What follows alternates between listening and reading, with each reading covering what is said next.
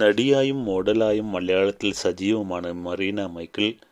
ഒരു ഗോഡ്ഫാദറിൻ്റെയും സഹായം സിനിമയിലെത്താൻ മെറീനയ്ക്കുണ്ടായില്ല. ചെറിയ വേഷങ്ങളിൽ നിന്നാണ് സഹനടിയിലേക്കും നായിക വേഷങ്ങളിലേക്കും മെറീന എത്തിയത്. വായ് മൂടി പേസുവോ എന്ന തമിഴ് സിനിമയിലൂടെയാണ് മെറീന അഭിനയിച്ചു തുടങ്ങിയത്. പിന്നീട് ദുൽഖർ സൽമാൻ നസ്രിയ സിനിമ സംസാരം ആരോഗ്യത്തിന് ഹാനികരത്തിലും അഭിനയിച്ചു. മുംബൈ ടാക്സി മുതലാണ് സ്ക്രീൻ സ്പേസുള്ള കഥാപാത്രങ്ങൾ നടിക്ക് ലഭിച്ചു തുടങ്ങിയത്. ബോൾഡ് കഥാപാത്രങ്ങളാണ് മെറീന ഇതുവരെയും ചെയ്തിട്ടുള്ളതിൽ ഏറെയും.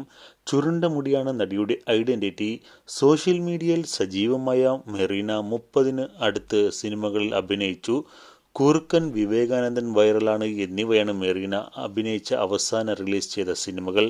യുവനടിയായതുകൊണ്ട് തന്നെ പലതരത്തിലുള്ള മോശം അനുഭവങ്ങൾ 10 വർഷത്തെ സിനിമാ ജീവിതത്തിനിടെ മെറീനയ്ക്കുണ്ടായിട്ടുണ്ട്. നടി പലപ്പോഴും അത് വെളിപ്പെടുത്തിയിട്ടുമുണ്ട്. അത്തരത്തിൽ അടുത്തിടെ ഒരു യൂട്യൂബ്